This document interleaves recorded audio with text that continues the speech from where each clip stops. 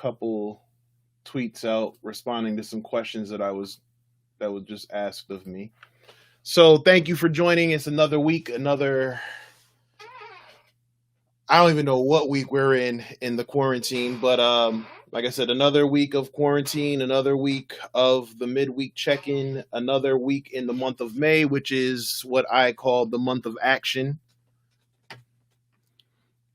Doing good troubleshooting web apps right now at work. Okay, good luck with that. Yes, sir. Fifth floor. So if you know, you know. Yeah, man, like I said, it's another week. And again, I want to thank you guys for joining and just rocking out with me and tuning in and showing the support.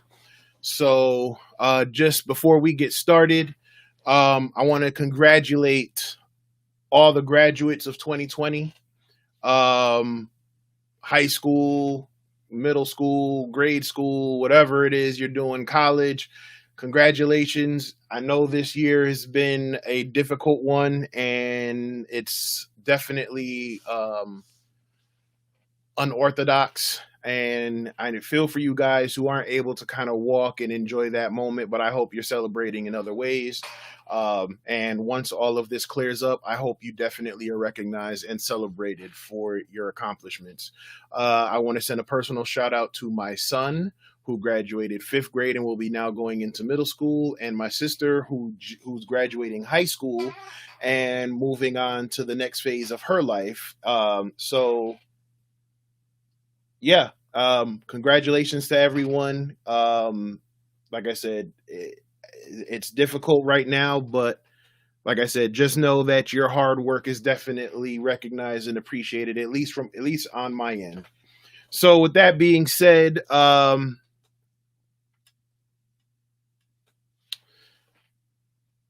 let's get right into it, I guess. We'll kind of recap where we left. Hold on one.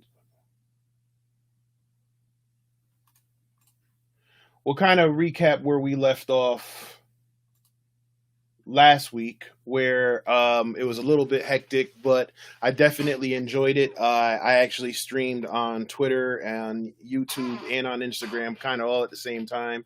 And definitely thank you for everyone who turned out for that stream.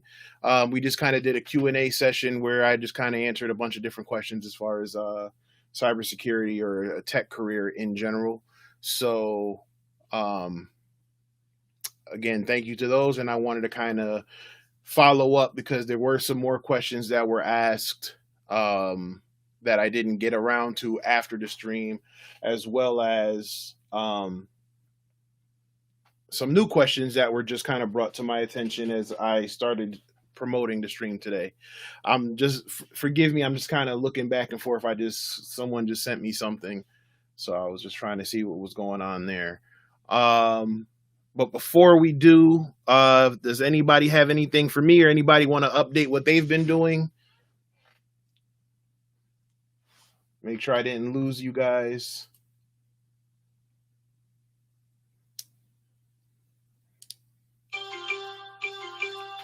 That absolutely means a lot these days. It definitely means a lot. Like I said, I saw firsthand where these kids kind of had to make these different adjustments, and it definitely wasn't easy. It definitely was challenging for them to be away from their friends or have to interact with their teachers on scheduled times doing Google Meets or Zoom calls or whatever, and not being able to kind of get that extra help that they needed at times, and having to compromise or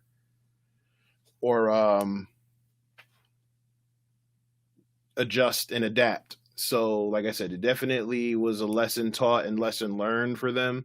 Like I said, I feel bad I know back from where I'm from, there were a lot of kids who didn't have the means or the technology or the bandwidth to kind of follow up and do the stuff online. They were having issues, whether it was their computers or whatever.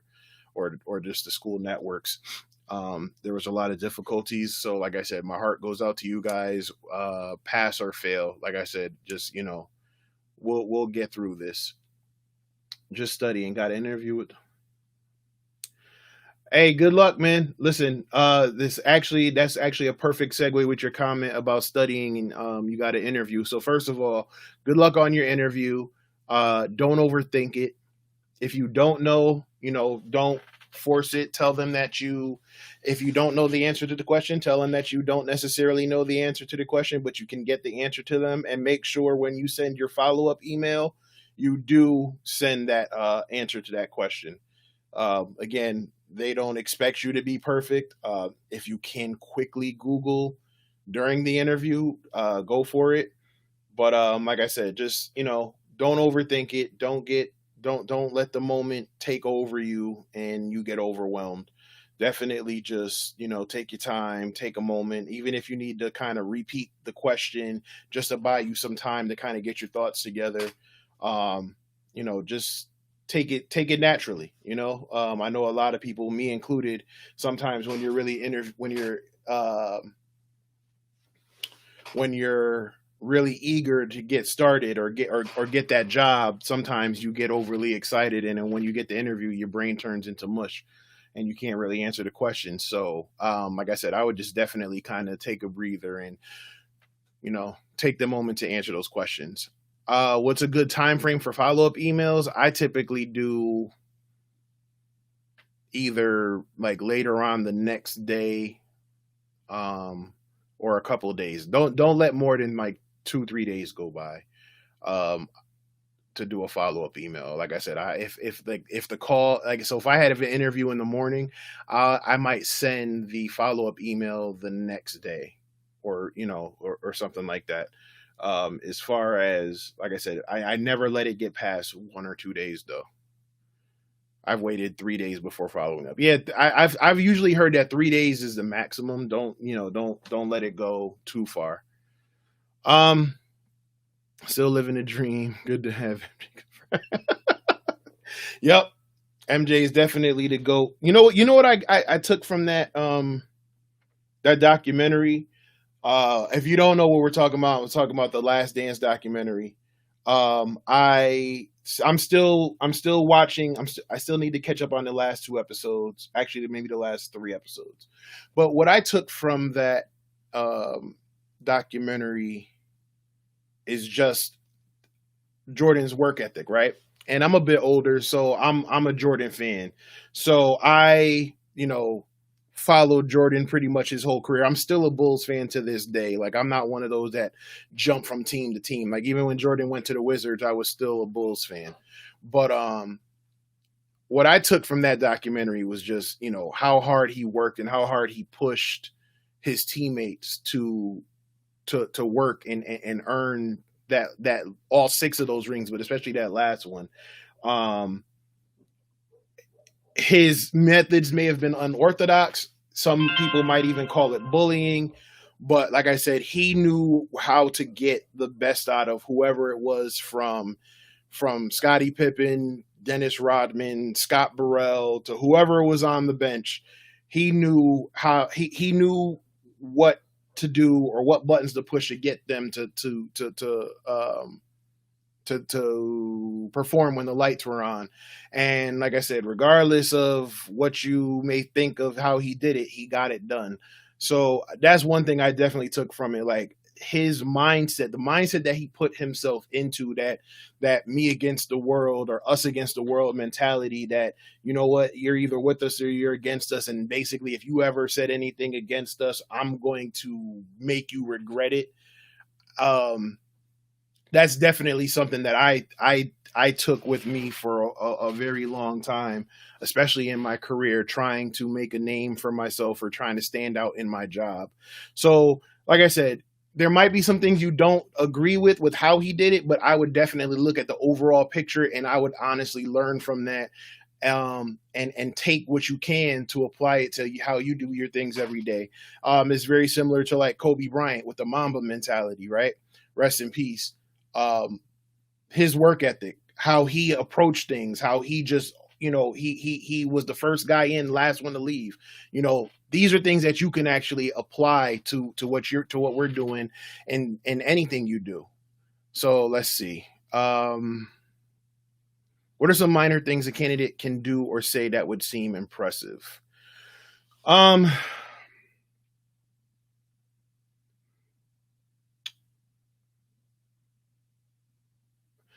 for what I would do, or honestly, what I usually do is, I'm just, your brutal honesty. I obviously, you're not going to be disrespectful. You're not going to be rude in any way, but you kind of, I would say, do the research on who you are and what, as opposed to, as well as what they're looking for. So, for example, I may go into an interview and I will definitely tell all my strengths, but then I'll also tell my weaknesses, but I'll say it in a way that I'm acknowledging that I know those are my weaknesses, but I'm also showing what my plan is to improve on them, right? So, for example, if I go in and let's say my weakness is coding, I'll say, "Hey, I, you know, I've, here are my strong points. I'm great at pen testing. I'm very familiar with these tools.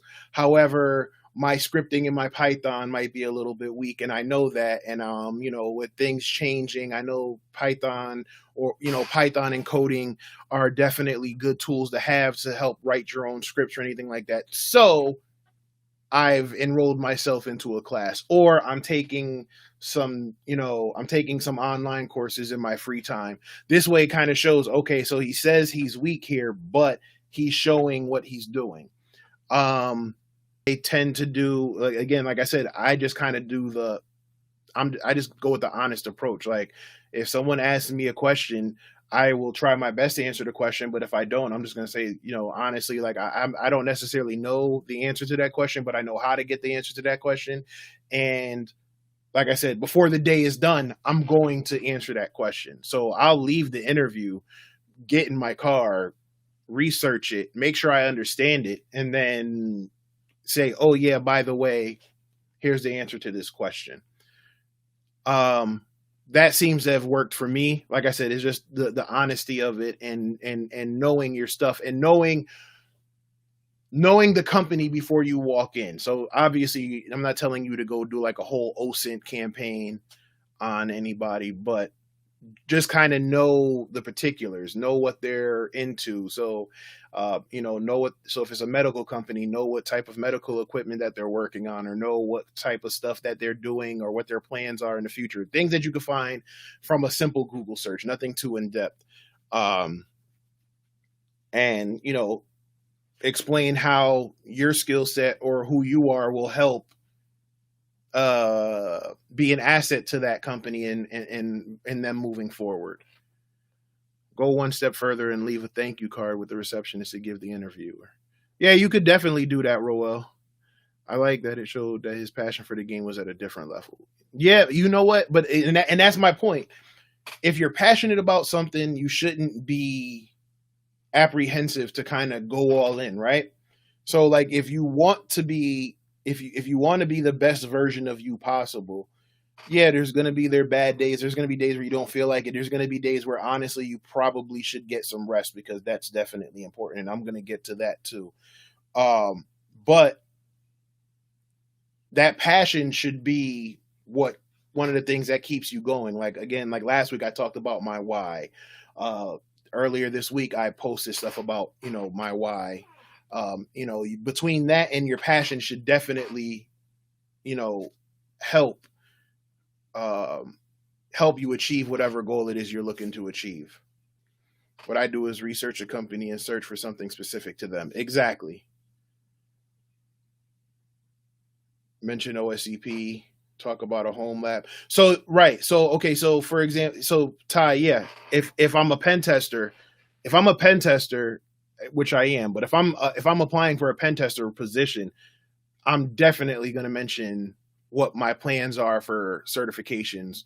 Um, and even if I'm not ready to take the OSCP at some point, at that moment, you want to let it be known that you do plan on taking it, or that you're taking certain measures to prepare to take that course and exam in the very near future.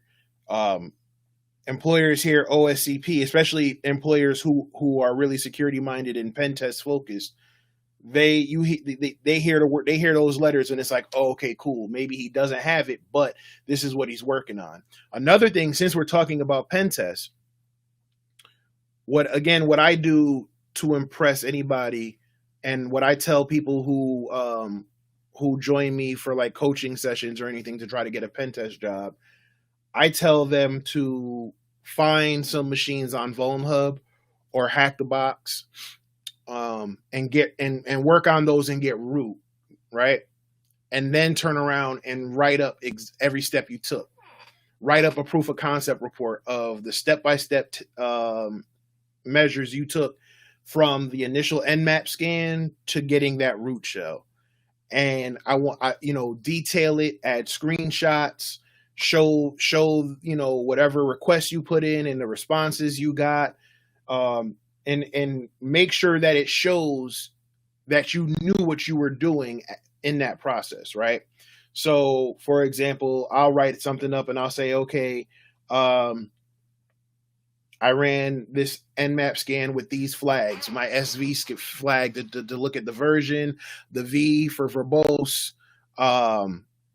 and I scanned it against this many ports. I found these ports open. After some further research, I realized that the service being run on this port was vulnerable.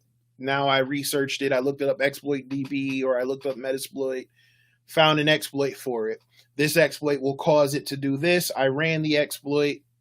Here's the commands I put in. Boom. This is how I got my initial foothold on the box. After that, I did some more research to gain elevated privileges, and this is how I gained access and got root. And then after I got root, here's how I got the flag, or here's how I pulled these files. Here's how I got the password file, and then I cracked the passwords, and here's the list of passwords. So not only do I show that I got root, I show impact, right? So now I showed that I gained access through a vulnerable service. I elevated privileges through another vulnerability on the machine, worked my way up to root, but then as root, I also went and took it a step forward, and I pulled these files from the machine, or I copied the password file, and now I cracked all the passwords. So now I have the list of users and their passwords. I typically tell people to kind of, like I said, do a detailed proof of concept, because it does two things. One, it shows that you can write a detailed report, and two, it shows your technical ability. So now when you go into that face-to-face interview or that technical interview, that's another check that they're checking off their list.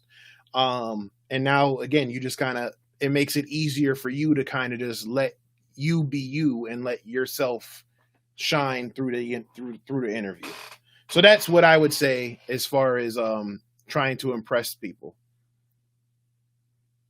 Let's see. One interview, I knew that they had a 50th anniversary at the end.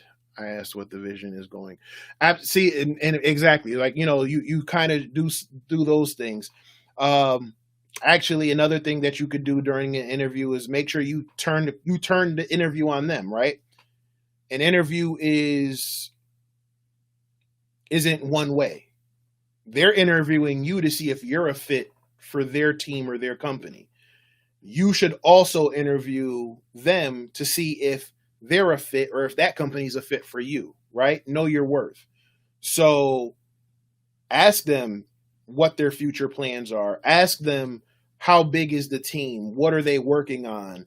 What do they hope to fill, whether it's through your role or another role that they're looking at? What is their vision for the overall team in the next 3 to 5 years, right?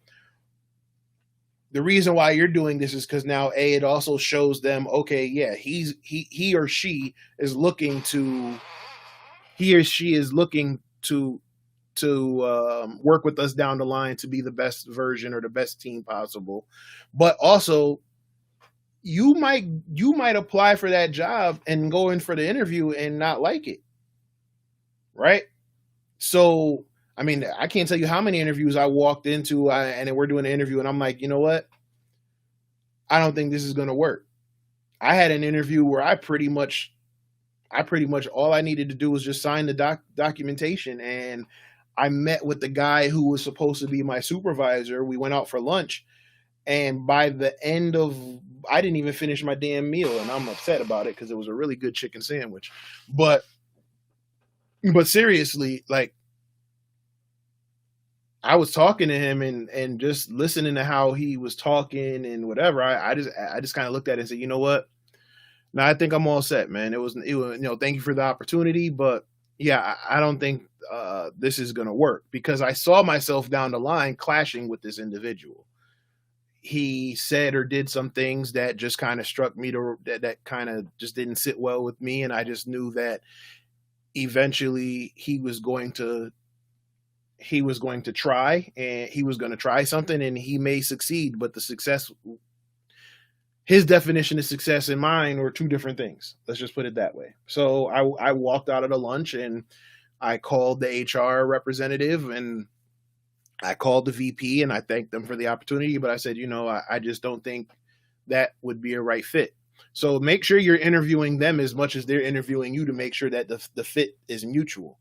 Again, these days it kind of goes beyond pay. Like, don't get me wrong, taking care of your family and paying your bills is crucial, but you want to make sure you're happy in the process, right? You don't want to sit there and be like, yeah, I make $150K a year, but every day I go to work is literally the worst day of my life. So make sure everything is a fit on both ends. All right, let's see.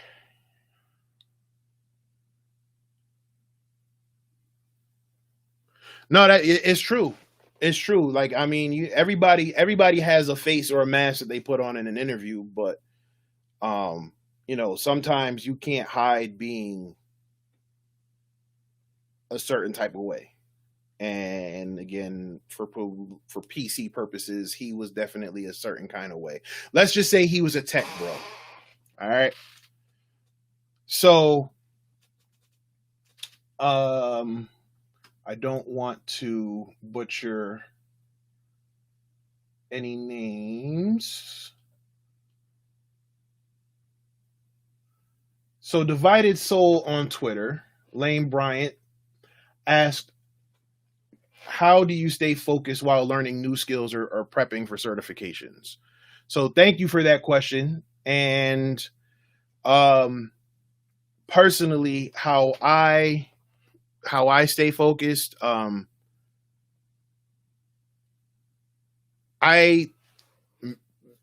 map out my certification stuff like ahead of time, right? So whenever it's like search season or certification time, is like a mindset that I'm putting myself into. And not only am I putting myself in that mind frame, I'm also preparing my family ahead of time. So, for example, I plan on going for the OSCP in Q3, right? So now what I'm doing now is I'm taking time for myself and spending time with my family.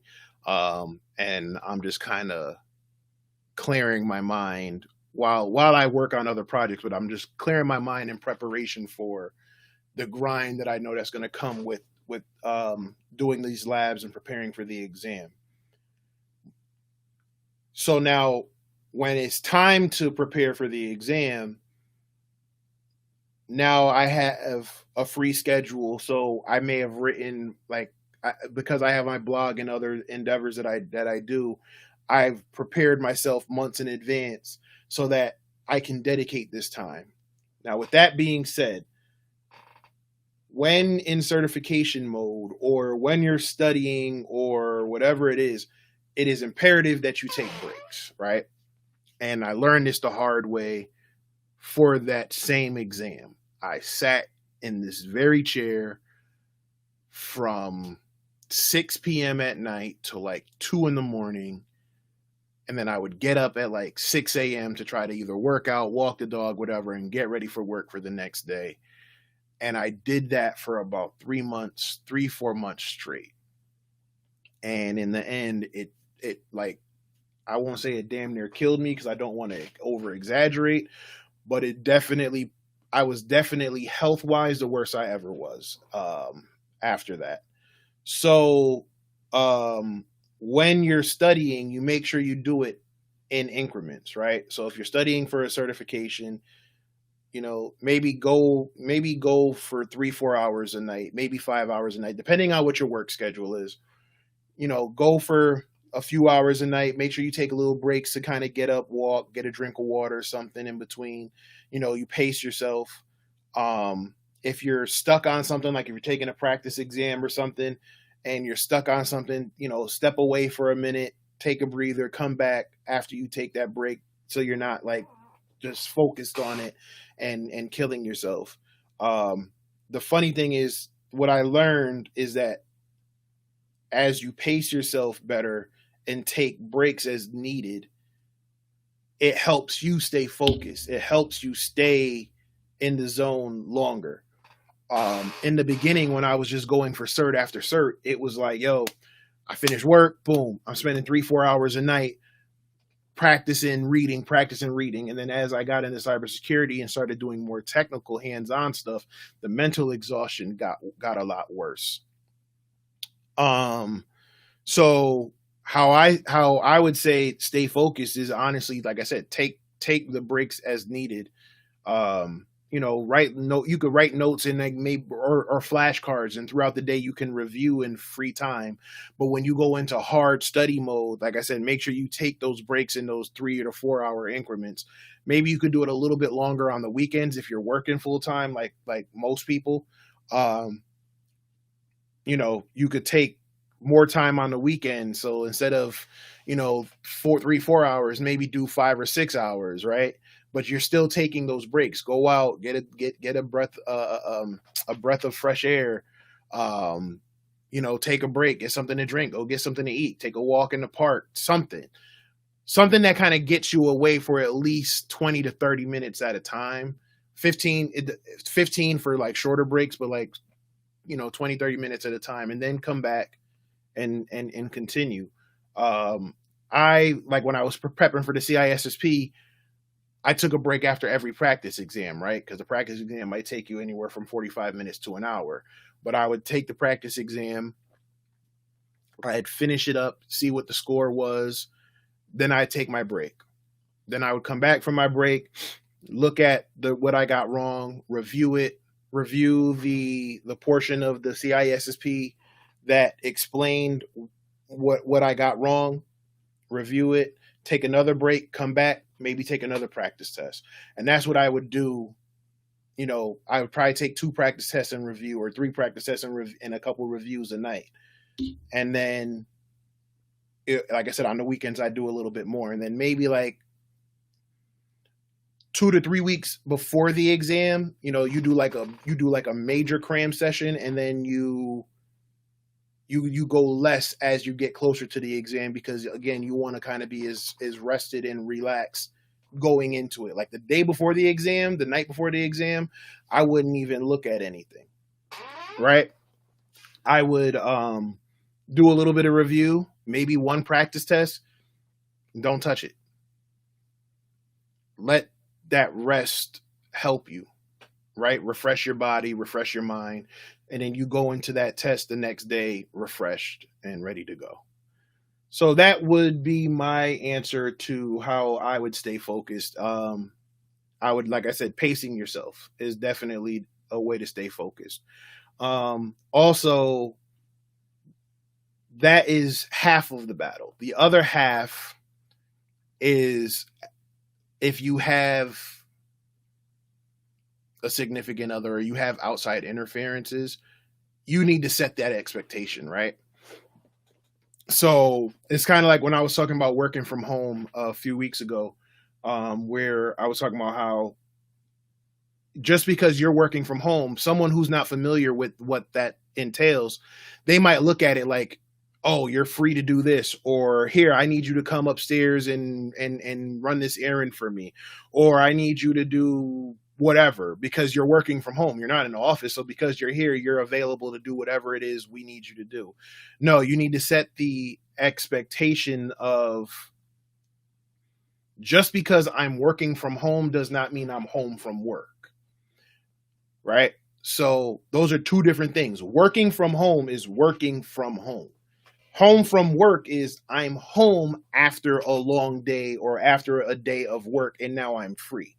So so you have to apply that same mentality when you're studying and you have like a wife or husband and kids or whoever, or a dog or whatever. You need to set the expectations like, look, I need to study for this exam. Me passing this exam is going to help me and my help further my career. That's also going to help me better take care of the family or provide for this family or do my part. So I'm going to need you to step up, a little bit while I'm gone, right? So like when my wife went to school and got her degree, she did her classes, she did her finals, she did her classes online, whatever. The kids didn't bother her. They, dinner was made, homework was done, everything was taken care of. They were ready. They went to bed, whatever, so she could focus. So now when I'm preparing for my exams, it's like, hey, this is what's going to go on. This is how long I plan to be gone, or this is how long I plan to be studying. So I'm gonna need you to kind of help out. And luckily, my kids now are old enough to understand daddy's studying. So when he's in study mode, that's a different grind, right? So they'll come downstairs every once in a while. Like you might hear them knock and say, "Hey, are you on a break?" And if I say yes, then they'll come talk to me for a little bit, and I'm like, "Okay, break's done," and then they go back. Um, so that's major because outside interferences, especially with family, can definitely derail whatever plans you got going on, whether it's studying, whether it's career, whether you're saving money, whatever the case may be. Outside interferences are like the number one detractor. Let's see. Next question. Let's see if let me check the chat right now if there's any questions in the chat. Okay, YouTube is pretty silent.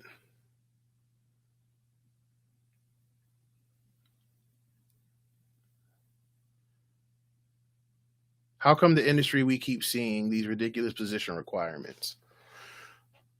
Oh, okay. Well, actually, before I get to that one, what motivates you to keep going when you're feeling down? Ty, that is what I spoke about earlier this week. That's my why, right? So, whether it's cybersecurity or whatever the case may be, anytime I talk to anybody who tells me they have a goal or ambition or something in mind that they want to achieve, the first thing I ask them is why they're doing it, right? Um, and that why can't be money. It can't just be actually. Let me not say it can't just be money motivated. So, so if someone says, "Hey, I want to get into cybersecurity because I heard you can get paid like six figures," I'm usually telling them, "All right, well, what else?" And then they're gonna say, "Well, I heard you can travel or you can work from home or whatever." And it's like, all right, what else? And the reason why I keep pushing is because when you're trying to get your foot in that door, you're trying to upgrade your career, there are going to be days where it's like, man, F this money. I don't care. I can make money other ways, right? Or I don't need to travel like that. I'm good. So there has to be something that's strong enough to reset that passion when they're feeling down. So like I said, for me, it's my family, right? It's my wife, it's my kids, it's my little sister who stays here. It's my mother, my stepfather, it's my family. um, being able to provide the life for my kids, or being able to also advance my career and help other people. So these things are what motivates me, right? So again, yes, the money is great, and yes, the opportunity to better provide for my family is absolutely amazing. But at the same time, um, I take my show on the road, so I'm teaching families or parents how to talk with their kids about the dangers of the internet, especially with child trafficking and sex slavery and all of that. Teaching kids, how to kind of get into coding or cybersecurity at a young age, so that they're better equipped if college isn't for them. Um, I'm having talks with even older folks about how to use technology to maybe they have kids, they have grandkids or somebody out of state.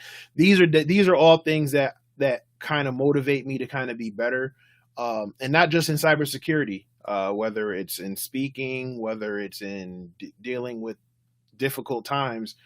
um, these are the things that I kind of use to push me forward if I'm not feeling motivated at the time. So again, it's finding your why, and that to me would be what motivates me when I'm feeling down. All right, let's see. How come the industry we keep seeing these ridiculous position requirements? Um, is it the disconnect from HR and reality? Asking for certs they have no clue about. Seems like they just use buzzwords. So CJ, you're half right. So, um, I'm pretty sure everybody hears that there's 2 million jobs, right? There's 2 million jobs that need to be filled in this field. Half the problem is you have these companies who have unrealistic expectations, and the other half is you have the candidates who aren't honest and truthful with themselves. Those are the two, and then I shouldn't say half. So it's a third, right? The third is the company. The second third are the people who aren't truthful with themselves, and the other third are just the skill shortage. So some companies will gladly hold out for their perfect candidate, which now makes which also plays a factor into it, right?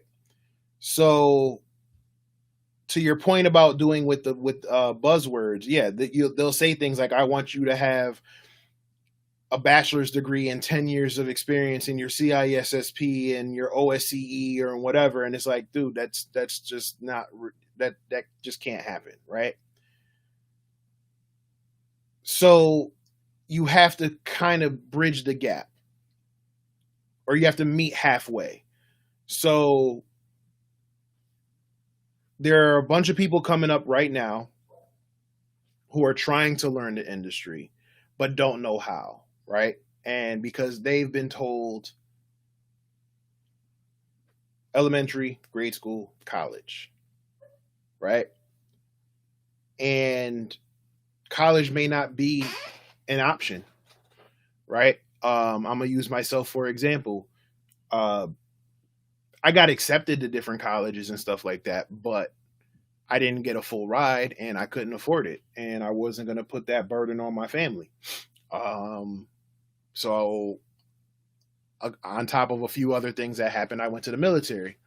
Um, Also, growing up, how I grew up and how several of us who are on here grew up, we may have grown up in an environment that we were made to believe that we weren't smart enough, right? So at the time, I didn't know you can go there. I don't believe there was school for cybersecurity. It was computer science. So it was mainly like learning coding and stuff like that. And I was always told that coding is for the super smart people. I was great at math, but I just didn't think I was smart enough, right? Which kind of goes back to my last point about teaching kids that they can have the talent to bring them in here now to get in this field. So the first part is you have to break that cycle, right? You have to get these younger folks excited about technology and cybersecurity outside of their phones, outside of their tablets and social media. You got to get them excited about coding. You got to get them excited about just a tech field. Then you need to, which I think they're doing now, you need to make the certification route just as sexy as the old school go to college, right? This will pump new blood, because now you can get certifications that can help you get a job, and you don't have to go to college for 4 years. You don't have to dedicate that time to courses that you may or may not be interested in to get the degree that you want, right? So I didn't go to college, but I have 24, 25, somewhere in the 20s, different certifications, right? Now, granted, I could probably take that and transfer that in some schools for college credits, and I probably will one day. But that was my route. I didn't want to go to college. I didn't feel like I wanted to go to college at the time. And I said, let me get the certifications. I need to kind of take a gamble on myself, and I need to do something now while I'm in the here and now. And I don't have 4 years to wait. I had my daughter, my son was just born, and it was just like, I got to get my shit together. Now, when it comes to applying to the jobs, they put these unrealistic goals up there because they're trying to scare away as many people as possible so they can weed out their perfect candidate. This kind of goes back to me saying the interview tip about knowing what you know and not knowing what you don't know, right? It's all about honesty. So if you look at a job and it says, 10 years of experience, CISSP, bachelor's degree, right? And let's say you have 2 out of those 3. So let's say you have your bachelor's and your CISSP. Apply. Let's say you have 10 years of overall experience in your CISSP. Apply. Let's say you don't have your CISSP, but you have the experience, but you also have a bunch of different certifications that are maybe not on the same level of a CISSP, but might be a notch down, right? So let's say you have your SSCP or your Security Plus, or I'm just throwing out different certifications right now. Let's say you have a bunch of certifications that complement very well into what it is you're applying for. Apply. The worst thing that's going to happen is they're going to say, sorry, you're not the candidate we're looking for. Or they might say, or they might say, come in for an interview, because now they want to look at you further. Now you got your foot in the door for the interview. Now you need to go, and then you need to impress them and let it shine. And this is where the honesty kicks in, and it says, this is what I know, this is what I don't know, but this is how I'm fixing it. This is my passion. You have to let your passion show in that interview, right? I got my first pen testing job, and my first official pen testing job, I didn't do one official pen test yet. I did stuff at home on like vulnerable machines, and I did stuff like maybe on the side, like playing around with like my family. But I can't say I did an official pen test for in an official capacity when I got my first pen test job.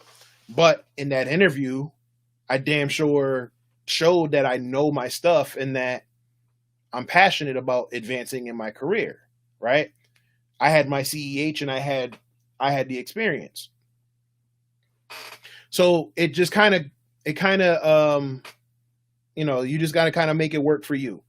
Like I said, unfortunately, they're never going to change, or it's going to take a very long time for certain things to change, because the people in power have been in power for too long.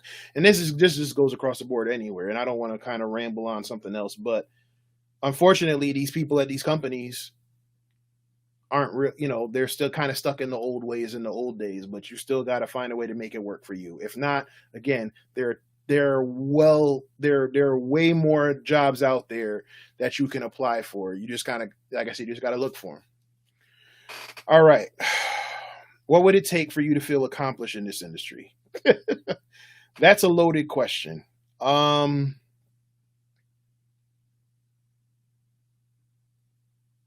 what would it take for me to feel accomplished in this industry?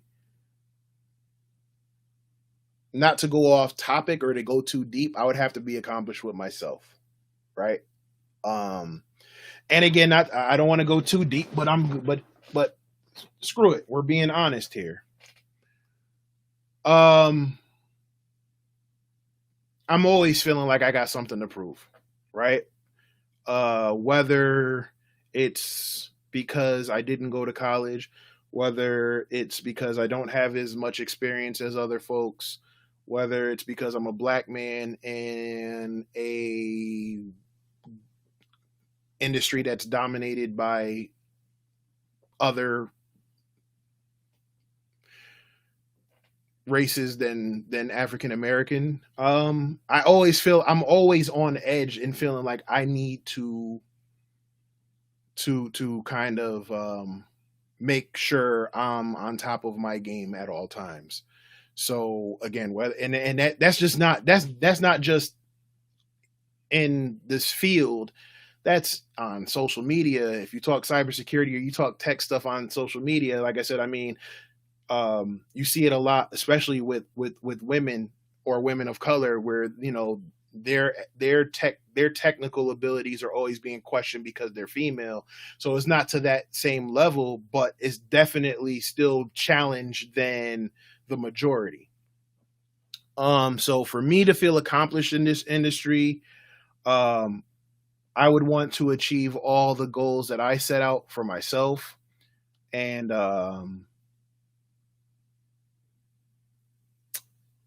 yeah, that's pretty much it.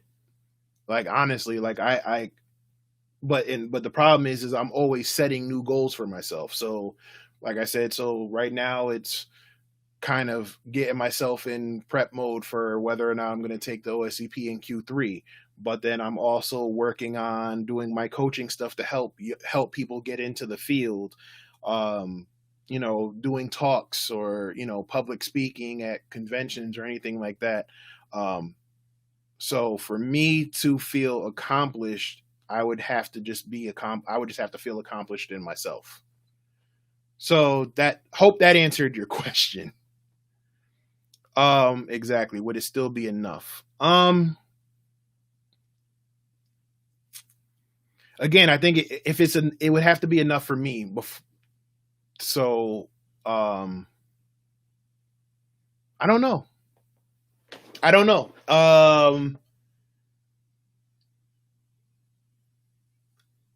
The funny thing is that's something that I'm working on internally. Of like, when is it time to say I've succeeded, right? Because I still take, with all my certifications and with all my experience, I still approach every day like I'm new, like I'm a noob and I know nothing. Even though I'm trying to help people, I still try to keep that mentality.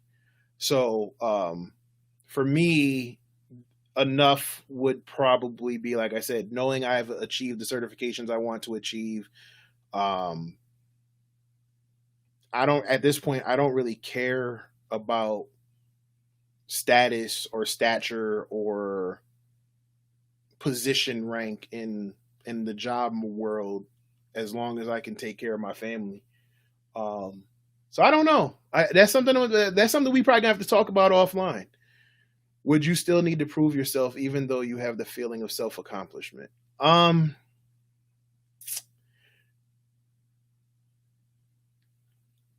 that's where that Jordan Mamba killer mentality kicks in, right? So even though I might feel accomplished at that moment, it might be short lived because I might look at the next challenge or because I feel like someone or something is questioning my ability, right? I think for me to really sit there and have that feeling of self accomplishment, I think I would really have to get to whatever that finish line goal is for me, and then probably like right off into the sunset and like do like a complete like blackout of technology where I'm not on social media, I'm not looking at the new trends or whatever.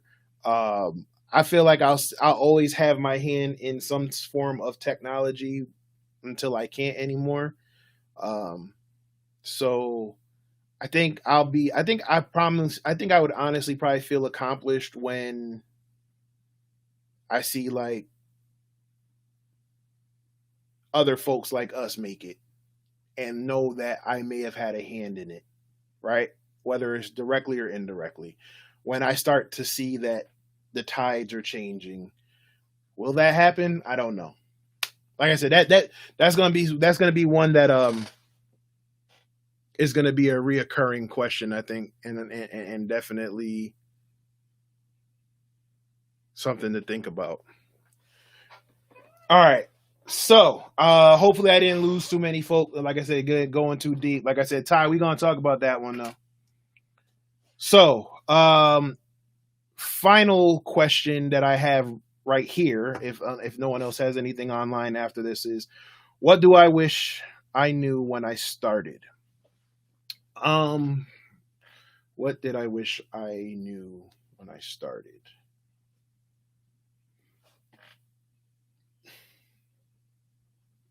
I think that kind of, hey, what's going on, man? I think I think I touched on that a little bit already, but one of the things that I wish I knew when I started has nothing to do with tech, right? One of the things I wish I knew when I started was that I was good enough. Yeah. When I first wanted to get into tech, like I said, when I was a teenager, I wish I knew that I was enough. I wish I knew I was smart enough. I wish I knew I could do it. And I wish I didn't let outside influences or um, what I was told the standard was um, take over my thought process. So that's first and foremost. When I really wanted to start tech, I wish I knew that I was good enough to start, because that plays a major role in all of this, right? Because if you don't believe in yourself when others have doubts, how are you going to be able to drown that out if you're also having those same doubts? If you don't believe in yourself when you do have difficult times or you do fail that exam or you can't get that shell or exploit to work or you can't get that line of code to compile properly, how are you going to get past that? So the first thing I wish I knew was that I was good enough. The next thing I wish I knew when I started would be that I didn't have to take so long to transition into cybersecurity, right? So when I got into tech, like I said, I started from the bottom. I did the A plus, Network plus, Security plus, Microsoft certifications, other vendor certifications before I even started to look at cybersecurity. Um, I wish I would have probably started looking at cybersecurity a little bit sooner. So maybe the first time around when I got my security plus the first time, because I got it twice. When I got my I wish I would have known, okay, I can start to look at different aspects of it, because I always felt that I needed to basically be the best in IT before I made the jump into cybersecurity, and not necessarily be the best, but kind of know everything I felt I needed to know. Um, so one would be that I wish I would have believed in myself. Two, I wished you know, that somebody or I would have known that I could actually start making that transition. Um The next thing I wish I would have known is that technology and cybersecurity, this field is just like any other field, right? So, office politics, budget constraints, personal bullshit, biases, and whatever. Um, I felt for some reason that it wouldn't have. It's there, and I knew it was there in this field, but I didn't know that it was as toxic as it could be. Because again, that also can throw you for a loop sometimes when you feel like why am I being targeted, or why am I being picked on, or why am I not able to get the exposure or progress like someone else. Um, and finally, I wish I knew that it was okay to take breaks. And I wish I knew about burnout before I started. Because anybody who's here will tell you that burnout is definitely a real thing, and burnout is definitely a setback. When you first get into this field, or you first get into tech, or especially if it's a job where you're working remotely, you are pressured to work a lot of hours, whether it's doing research, whether it's doing pen testing to meet certain goals or deadlines, whether it's just to improve your skill set so you feel like you'll be better for that promotion or raise or whatever the case may be. There are a lot of hours getting put in this field, and I wish I knew that. You know what? Nah, you need to take. It's okay to take a break. It's okay. It's okay to say no. It's okay to not feel like you have to stay up till 2 3 in the morning every night and then still have to work and everything. I wish I knew that I felt like everybody was doing that. Like, I'm not to name names, but I remember when I applied for a company, and the guy basically was telling me how the whole team is on Adderall, and they stay up they stay in the office till 2 in the morning, basically neglecting their families, because they're all on Hack the Box, or they're all practicing for the OSCP, they're all doing whatever. And it was just kind of like, and again, me being new in the field, it was like, this is a thing. Nah, I can't. That just that didn't sit right with me.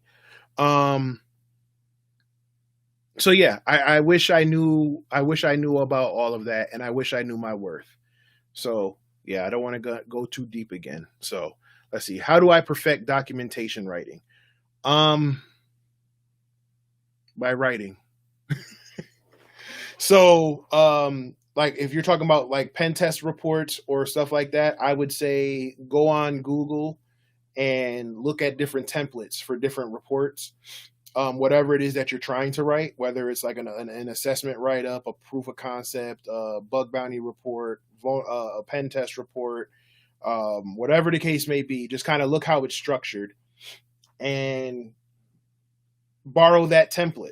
Borrow that template. I'm not, like, I'm not telling you to plagiarize, but if you like how something's formatted, borrow that format and make it your own. Grammarly for the win. Absolutely. Yep, Grammarly definitely helps. Grammarly, spell checks, whatever it is you need to do. But yeah, like, so when I started to write my pen testing reports, um I literally went and looked at like 4 or 5 different pen test report templates. And then I took what I liked from each of those and structured it, and made my own template. Then once I made my own template, all it was is now just plug in the name of the company, right? So, how, for example, my pen test report, I have like a summary, a summary of what was done. So, X company was hired to perform an internal external penetration test on Y company. Um, internal penetration test consists of blah blah blah blah, external blah blah blah blah blah. Using these tools, X company performed blah blah blah blah blah blah blah blah blah blah blah blah blah blah blah blah blah. Then after that, it'll give a quick rundown, because now this is for the executives who don't want to read 40 pages of write-ups. Okay, based on our findings, we found this many critical, this many high, this many medium, this many low. And based on these numbers of findings, we determined that your company has an overall risk of low, medium, high, or critical. Reason being, blah, blah, blah, blah, blah, blah, blah, blah, blah, blah. As well as finding these highs and these criticals, we were able to exploit these vulnerabilities, right? Then it kind of goes into the scope of the pen test. So what did we agree on? What IPs, what web addresses, what did we agree on? Then after that, it goes into the vulnerability section of the different findings, the evidence of the findings, if it was exploited, where's the proof of concept? And then the proof of concept is detailed enough where I can hand it to someone who has no technical knowledge, but you can follow the steps on the proof of concept and you can get the same results. Then I do all of that, depending on whatever else was done on the pen test, whether there was a social engineering engagement, whatever, what have you. It goes into those results, and then it comes to the conclusion, and then I have my appendix. So that's a quick rundown of how I structure all of my pen test reports. Like I said, now as I moved from company to company, they may be different, they may differ, but structurally they're all the same. So like I said, I would say look up different templates on whatever it is you're trying to document and make it your own. And then from there, just kind of work on perfecting your craft. The other thing I do, honestly, that helps me with my documentation writing is my blog articles. It kind of helps me think quicker or come up with stuff, so they complement each other. Like my blog, me being able to write blog articles helps me write reports better, and me writing reports better makes me better at writing my blogs. So just practice. All right, so it is now 6:09. We've been going for about a little over an hour now. Anybody else have anything for me?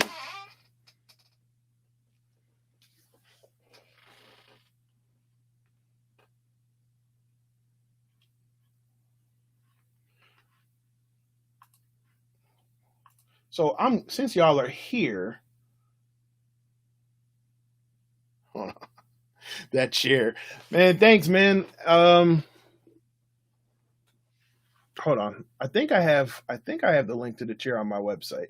If you go to my recommendations page on my blog, I think I have the chair link there.